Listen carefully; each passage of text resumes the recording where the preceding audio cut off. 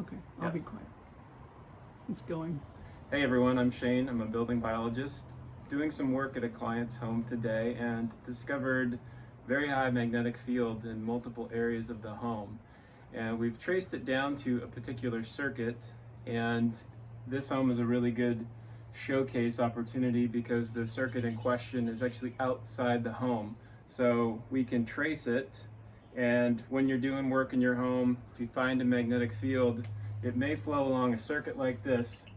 You're going to need a meter, and you can hear when I hold my meter up to this circuit here, we're getting 20 to 60 milligauss. So let's follow it down here because it's outside.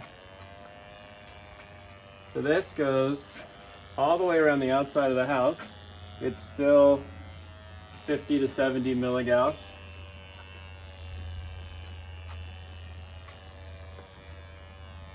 Yeah, we can follow it all the way around. This is an extremely high level. There's a lot of good research out there linking high magnetic fields to all kinds of health problems. So we definitely want to take action on this. And one of the ways that a magnetic field can propagate on a circuit is through imbalanced current levels on the two conductors, the hot and the neutral.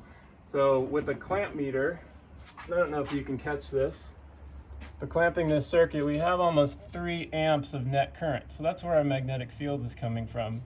And from here, we're going to need to work with an electrician to explore this circuit where it's improperly tying into other circuits and creating this imbalance. So thanks for checking this out, and give us a subscribe. If you have any questions, put them in the comments. Bye for now.